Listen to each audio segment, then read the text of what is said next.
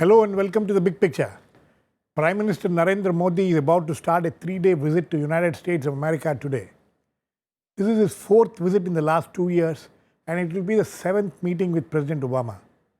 The visit, which is seen as a working visit, will witness the two leaders meeting together at the White House. Another significant program on the agenda of Prime Minister Modi is an address to the joint meeting of the Congress, the 5th Indian Prime Minister to do so. Meanwhile, his meetings with the Defense Secretary Ashton Carter, as well as meetings with business leaders and think tank heads are also scheduled. What is it that the two leaders are looking forward to achieve in this meeting, which will be the last President Obama will be hosting for Modi before he leaves office early next year? What is it that India will want from the Americans and vice versa? We will discuss all this today with Meera Shankar, former Indian ambassador to the US, Prof. Chintamani Mahapatra of Center for US, Canadian and Latin American Studies at the JNU, MK Bhadrakumar, former ambassador, and Amit Baruah, resident editor of The Hindu. Welcome to all of you. Meera Shankar, what is the purpose of this visit? And towards almost the end of the presidency of President Obama, it's unusual, isn't it? Yes, well, in a sense, it's designed to consolidate what the two countries have achieved so far. And it also takes place on the eve of the NSG meeting, where India's membership of the NSG is likely to be considered. Now, there are still quite a few holdouts, China, of course, being the most visible on this score, but there are other countries like Mexico, Switzerland, Austria, and so on, who are also opposing. And Prime Minister Modi is touching base in many of these countries as well. So if you remember when... Apparently he has been successful in Switzerland, because just now we heard the news that the Swiss president has said they will support India's membership. If you remember when the NSG waiver was given for India, then India, the US and Germany, which was then the chair of the NSG group and where I was ambassador at the time, had worked together to bring some of these smaller holdout countries around on the question of the waiver for India. Finally, China had been isolated on the issue, and then President Bush had picked up the phone and talked to his Chinese counterpart, and that is how the Chinese objection to the waiver for India, in a sense, had been removed. So if India's membership of the NSG is to proceed, I think India would need to undertake, along with the US, a similar kind of exercise to try to convince the holdouts that NSG membership for India would be good for India, would be good for the NSG, would be good for the world. Then if you take a look at the subjects which they will be focusing on, they say trade, which is now about $110 billion, two ways, then defense and clean energy. These are the three main areas which will be the focus areas for the visit. On trade, as I said, the trade has increased, but there are issues on which there continue to be differences between the two sides, and I'm sure that dialogue will continue. These differences stem from the different levels of economic development in the two countries, and from the fact that India, as a developing country, needs to keep open ways in which to strengthen its domestic industry and domestic employment. Okay. On defense, I would say that you have the logistics exchange memorandum of agreement, which was accepted in principle. It's not been signed. It's expected to be signed now? Well, perhaps it might be. We don't know. There's no announcement on it. If we are looking at outcomes, that could be a possible outcome, because it's one where both countries have agreed in principle. The text had to be finalized, and if that has been done, then this is one possibility that could be announced during the visit. There were other, areas where both sides were exploring the possibility of cooperation on joint technology development and so on, such as aircraft carrier technology. Whether there will be an announcement on this, we don't know. Finally, if you look at the whole clean energy partnership and the Paris Agreement, will there be an announcement on climate change financing? Will there be any announcement with regard to the Westinghouse nuclear project in India? Even if it is not at a final stage, will there be some kind of a memorandum of intent which could be announced? But these are all in the realm of possibility. We don't know as yet. Prof. Mahapatra, how significant is this address to the joint meeting of the Congress? It is significant because the role of the US Congress in foreign policy making process is quite important. There are occasions where the Congress can really create a roadblock in the implementation of certain policies made by the White House. Although the Congress does not make foreign policy, it is the White House with the vast number of bureaucrats who do it. Congress has the control over the purse, and Congress can create problem and create roadblocks. Congress can grill the executive through congressional hearings. So when a prime minister of a country goes and addresses the Congress, then he tries to sell the idea of that country's foreign policy, economic policy, other policies to directly influence to the American legislators. So this is no doubt about it that this is quite important. And in fact, of late, we have the congressional caucuses for India, both in the House of Representatives and the Senate. Both are quite influential, and they play a tremendous amount of role in solidifying the relationship between the two countries. And thirdly, if you see the role of Congress as far as the US policy towards Pakistan and China are concerned, they are pretty critical. And sometimes even the Indian lobby in the Indian American community, even the caucus, India caucus, they go and tell the congressmen and senators about certain policies which can have bearing implications for India, and where the role of the Congress is pretty important. Mr. Bhadrakumar, what is it that the Prime Minister will be selling to the Congress? What is it that he wants to sell to the Congress? No, what Professor said is right. It's a very influential part of the American political system, and in policy making, foreign policy making, it certainly has a voice, and it influences matters. So we have always made it a point. This is not the first effort. We have always made it a point. It's a continuous, sustained effort which goes on, and I'm sure Ambassador Meera Shankar also would have spent a fair amount of her time on this, wooing congressmen, explaining Indian positions, and trying to win friends and make acquaintances there. But coming to the visit, I'm not very clear what we get out of this visit. Because when we are talking about all these things, whether it's in there's terms a lot of focus on this NSG thing. But this is again nothing new.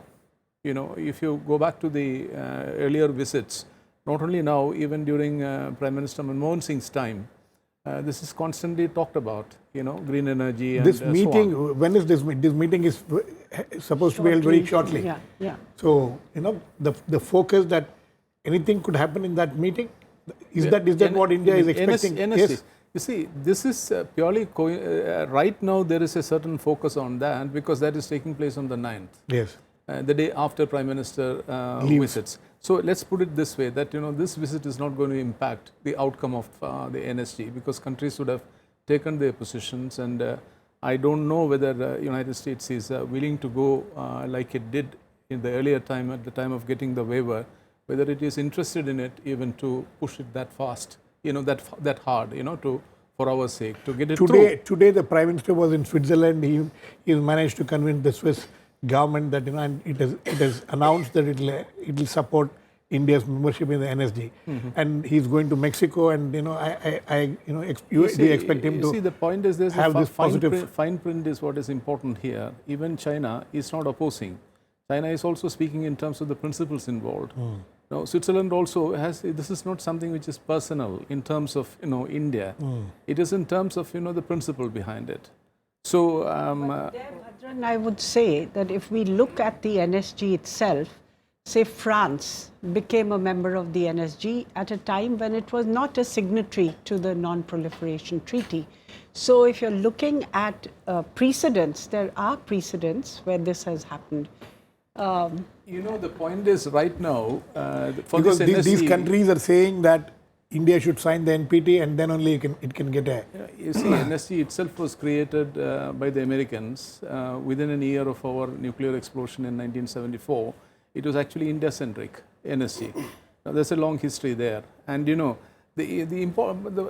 let's not get into all that. Is not very relevant today because NSC has also undergone change. It's a very different thing there.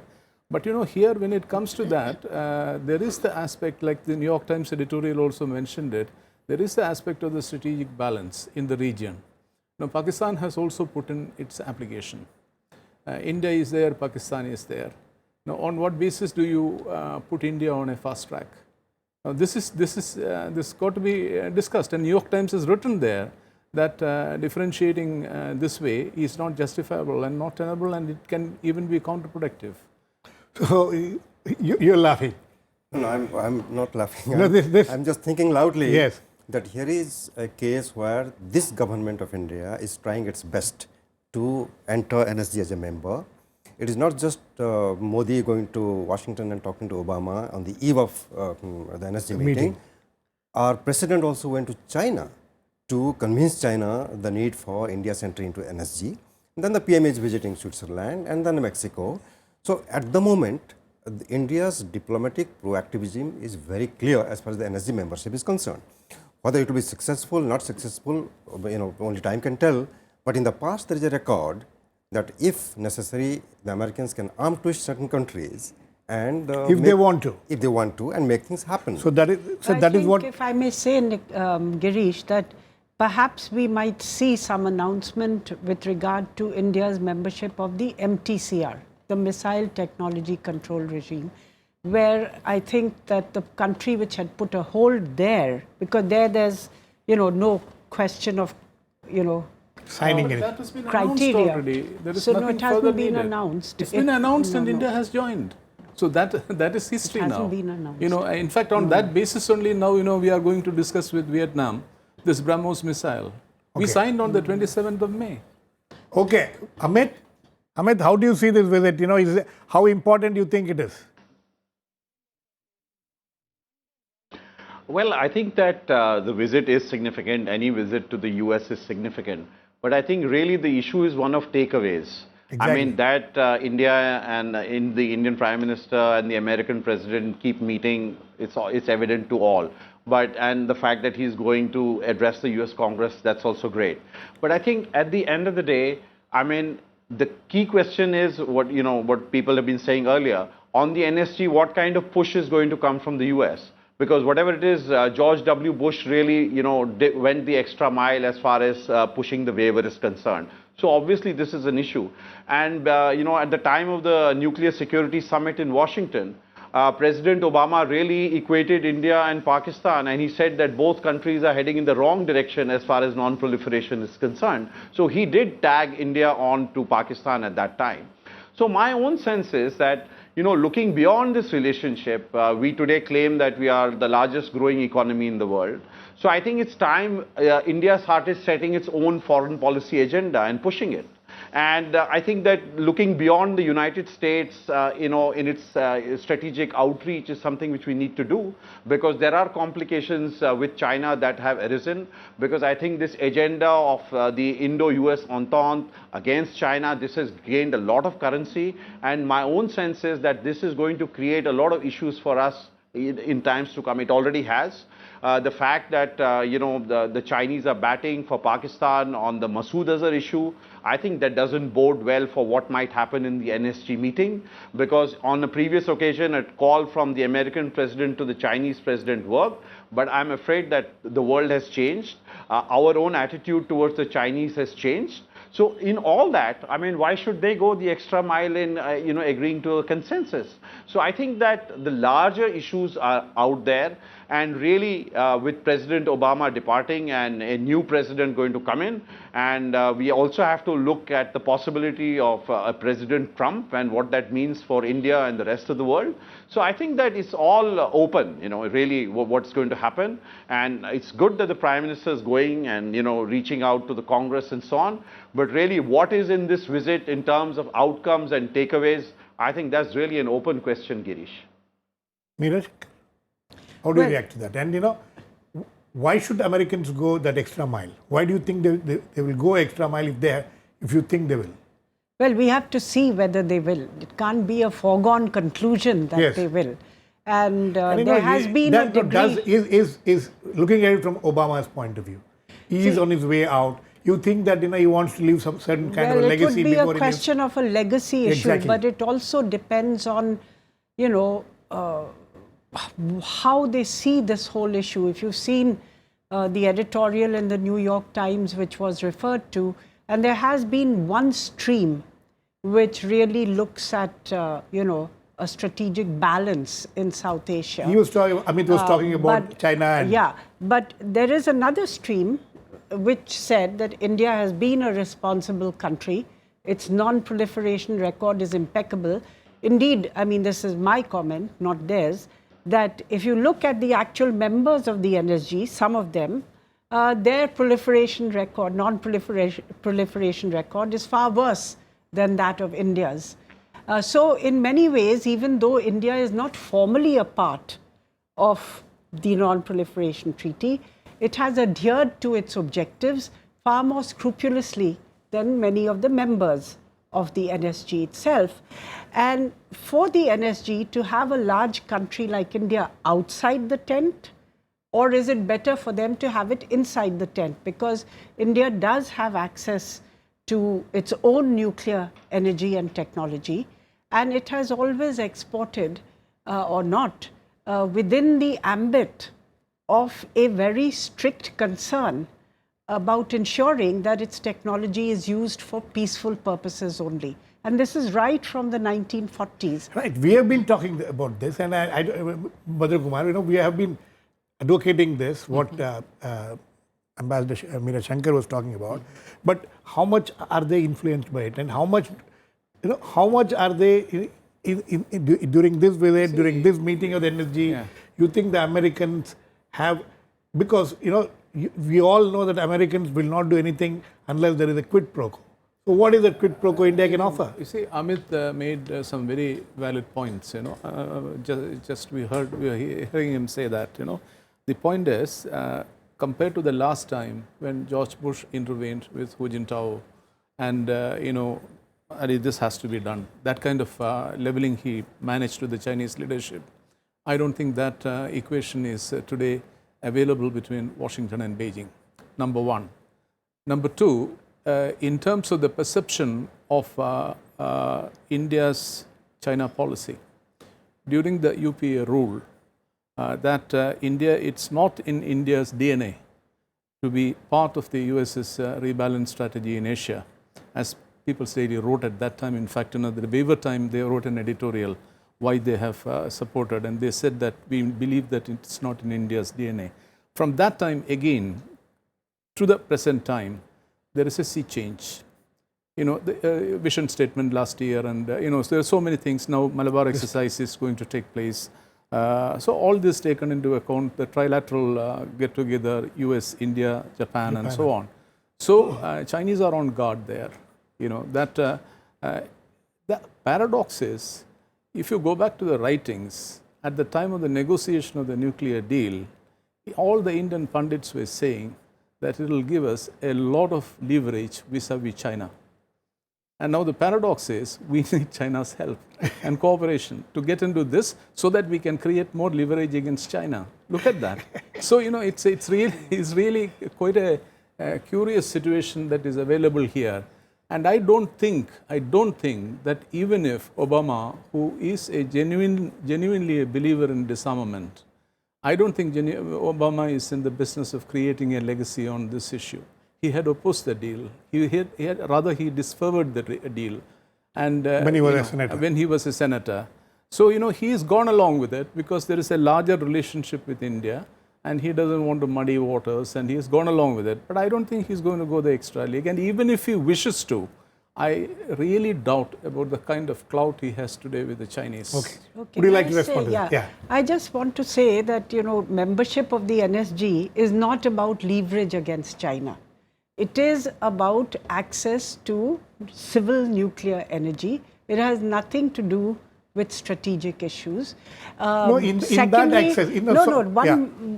India at Paris, if you take the climate change talks, India has offered that it will have 40% of its total energy from non-fossil fuels sources. By 2030. So renewable energy as well as nuclear energy become very important. Now if there isn't a clear regime, etc., then the kind of investment that we are looking at may not flow. So membership of the NSG is more about civil Girish, nuclear if energy. I might, Yes, Amit. Strategic. I'll come to you. Yes, Amit. I want to have something to say on this. Yeah. Yeah, please continue.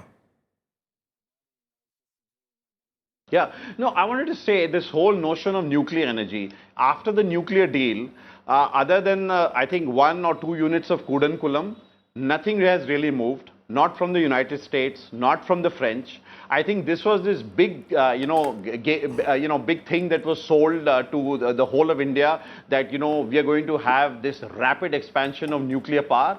I mean, all that has proved to be a real mirage because we have to deal with these different regimes that, and countries, and buying nuclear plants is proved to be so difficult. And I think it's time we rested this. If we are going for clean energy, if we are going for clean energy for our own ends, because we feel that this is clean energy is good for our citizens, it's good for our environment. So I think it's time we put this, this myth that this great nuclear deal and this great waiver is going to, provide us nuclear energy at a vast scale. I think it has ended the nuclear apartheid as far as we are concerned. It has given us access. It has given us fuel. I think we should be satisfied with it. Okay. And buying nuclear plants from a country like the United States with all its controls, I think it's a step which we have to look at very carefully before we move further on this. Okay, Professor Mahapatra. The quid pro quo I was talking about. Yeah. Is it this, that this offer that we'll be buying a lot of nuclear, power, nuclear energy, and so we will be Westinghouse and all those people. You think that is what India can offer at this stage? It's a world of give and take. Yes. And the US policy towards an issue like NSG is not going to be just on the basis of nuclear issues, proliferation concerns and things like that. It has a political dimension, it has a huge economic dimension, a strategic dimension. So in that give and take, it is better to ask the question, why should Obama push India's case? And then why should not Obama push India's Exactly. case? Then you'll find that when the US is looking at it from a very broad perspective of engaging India for its own reasons, if you see the American media, now it is so open that everyone is talking about the China factor. China is becoming assertive, India is important and all that. Then on the other side, as Amit said, the market has dried up rather. But the question is, there are also reports that there is a possibility that Narendra Modi ji, when he said there is going to be an insurance pool, and that insurance pool for investment in the nuclear reactors can help somehow dilute the perceived effect of the Liability Act, and then suppose there is an agreement between the Westinghouse and the NPC, that could be one of the give and take issue. And then, of course, the Indian Ocean, the South China Sea, Indo-Pacific, whether India wants to become on board and become a partner to the United States. Alliance relations, there was a recent interview of the Prime Minister to one of the foreign American newspapers where he talks of, being non-aligned. Still, he is talking of using the word non-aligned. Any country that aspires to become strategically autonomous will talk about non-aligned. That includes the United States of America. The US is non-aligned vis-a-vis India and Pakistan, Israel and Palestine. So non-alignment is no longer that old non-alignment that Nehru defined at one time. In this post-Cold War world, Non-alignment is a policy that every country aspiring to have a strategic autonomy would aspire to. They're not going to sign agreement on alliance making and become a close alliance partner. Alliance is even now a bad word for countries like India. Having said that, if you see the heavy focus of Indo-US relationship is actually on the military dimension. Exactly. Whether it is defense technology and trade initiative, whether India becoming a big market for the US, $14 billion of purchase. So the Americans are looking at India as a huge arms bazaar. So are you trying to say that there is enough reason for Obama to push this? Provided we play ball. How do we play ball? See, this is a American diplomatic practice everywhere. They push their wish list, and then, on that basis, that they can do something, trade-offs, this, that, and the other. Here, what is it that we can do for them? Signing logistics agreement, nuclear reactor with Westinghouse and so on. Has anyone gone into the economics of it? We have gone through Enron. At what cost is this electricity going to be produced? Can the Indian consumer afford it? All these are questions, and I think it's a long haul. We haven't yet acquired the land for it. So, now it is being shifted from Gujarat to Andhra Pradesh. Right. And now the Andhra Pradesh government, Naidu certainly can, do it much quicker than any other chief minister here. But even he needs some time, getting the land ready, etc. And it's a lot of infrastructural details are to be attended to.